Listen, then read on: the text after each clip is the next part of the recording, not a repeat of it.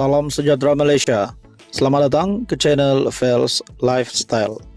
Saudara-saudara, tuan-tuan dan puan-puan yang amat dihormati sekalian, dalam satu artikel panas daripada Malaysia Kini, terkini untuk Anda. 4 pertuduhan salah guna kuasa Muhyiddin lengkap. TPP. 4 pertuduhan salah guna kuasa terhadap Muhyiddin adalah lengkap dengan butiran untuk memaklumkan bekas Perdana Menteri itu mengenai kesalahan yang didakwa itu, kata seorang pendakwa raya.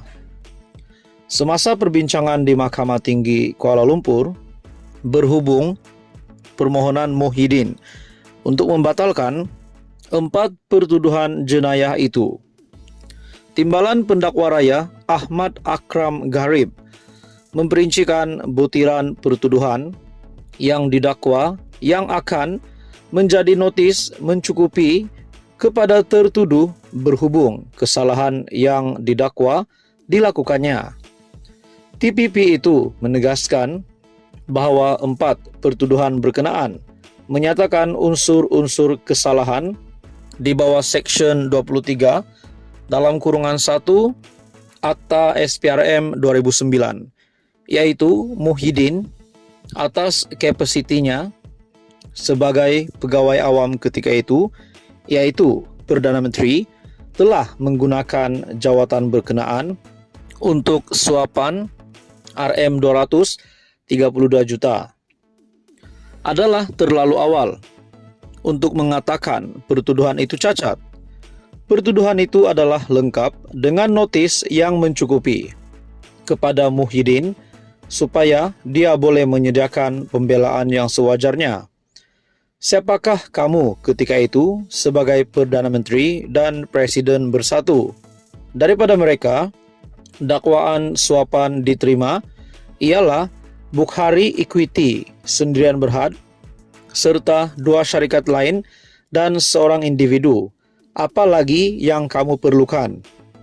RM200 juta dan tarik antara 1 Mac 2020 dan 20 Ogos 2021 adalah khusus. Kamu, Muhyiddin, sepatutnya tahu apa yang kamu lakukan ketika itu. Beban terletak pada kami, pendakwaan, untuk membuktikan kamu melakukan apa yang kamu lakukan berdasarkan perincian itu, kata Akram kepada Hakim Muhammad Jamil Husin.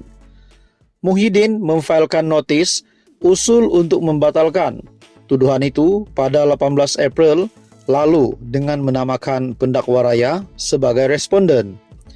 Dia yang juga pengerusi Perikatan Nasional memohon supaya dilepas dan dibebaskan daripada keempat-empat pertuduhan yang dikenakan terhadapnya pada 10 Mac lalu dan memohon prosiding di Mahkamah Session ditangguhkan.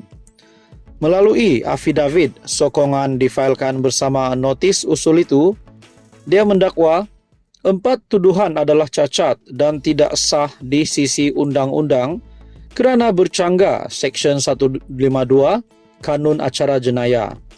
Katanya ia berikutan, tiada mana-mana satu pun daripada tuduhan terbabit mendedahkan kesalahan mengikut Seksyen 23 dalam kurungan 1 Akta SPRM.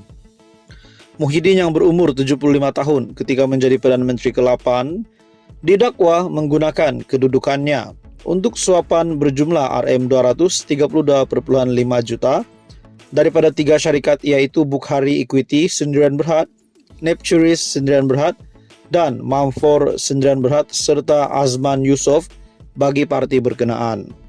Dia dituduh melakukan perbuatan itu di Pejabat Perdana Menteri, Bangunan Perdana Putra, Pusat Pentadbiran Kerajaan Persekutuan di Putrajaya antara 1 Mac 2020 dan 20 Ogos 2021. Saudara-saudara, tuan-tuan dan puan-puan semua, apa komen Anda? Teruskan bersama di dalam channel ini. Untuk info yang seterusnya, jangan lupa mohon bantu channel ini dengan menekan butang like, share dan subscribe. Salam sejahtera Malaysia, selamat datang ke channel Fels Lifestyle. Tuan-tuan dan puan-puan yang amat dihormati sekalian, dalam sebuah artikel berita daripada Biharian.com yang menyebut nama salah satu kepimpinan tertinggi PAS ataupun Menteri Besar Kedah, yaitu Sanusi. Artikel ini bertajuk, "Itu Rumah Abang Sanusi. Tak guna 1 sen pun duit Sanusi." Menteri Besar Datuk Seri Mohamad Sanusi menafikan gambar rumah banglo di Sik yang ditularkan pihak tertentu menerusi media sosial adalah miliknya. Sebaliknya, beliau menegaskan kediaman terbabit adalah milik abangnya yang bekerja sebagai penyelam dasar laut dan tidak mempunyai kaitan dengan politik dan pilihan raya. Foto sebuah banglo di Sik lengkap dengan image Google Map yang cuba digambarkan ada kaitan dengan saya hingga timbul tanggapan, kononnya banglo itu milik saya, sedang ditular oleh para pemfitnah dan pendengki di media sosial. Ia tidak benar dan semata-mata fitnah. Pemfitnah ini bekerja keras menjelang pilihan raya negeri untuk mempengaruhi orang ramai percaya saya kini hidup kaya raya hingga mampu membina rumah seperti itu, katanya dalam kenyataan.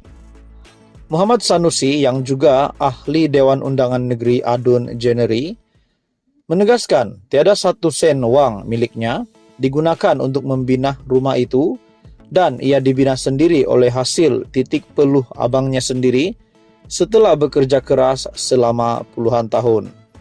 Katanya, selama ini abangnya terpaksa tinggalkan istri dan anak-anak hingga 3 atau 4 bulan sebelum dapat kembali bertemu keluarga.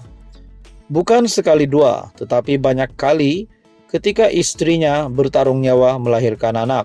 Si suami pula sedang bertarung dengan hiu dan jerung di dasar laut. Mereka suami istri, termasuk anak telah banyak berkorban selama ini. Amat menyedihkan tatkala sampai masa untuk mereka mengecap sedikit kegembiraan dapat masuk rumah yang baru siap, ada pula orang yang dengki dan sakit hati, hingga tergamak menjajah fitnah konon rumah itu bukan milik mereka. Apakah salah mereka kepada kalian, pemfitnah, katanya.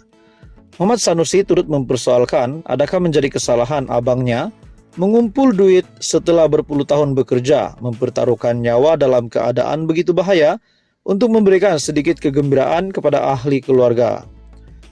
Apa salah dia kepada kalian sehingga tidak berkira langsung menyebar fitnah sedangkan kalian tidak kenal pun siapa pemilik rumah itu? Adakah kerana dia abang saya, dia tidak boleh bina rumah besar walaupun dia ada duit dan mampu untuk bina rumah seperti itu? Katanya sebagai adik, beliau tahu abangnya sudah lama bekerja keras untuk membahagiakan keluarganya. Mereka dengan mudah menyebar fitnah untuk mendapat sedikit habuan atau memuaskan dendam kesumat yang lama terpendam. Mereka seperti lalat penghurung tahi yang kotor lagi jijik. Bersiap sedialah kalian semua untuk menjawab di dunia dan akhirat atas dosa yang telah disebarkan, tegasnya.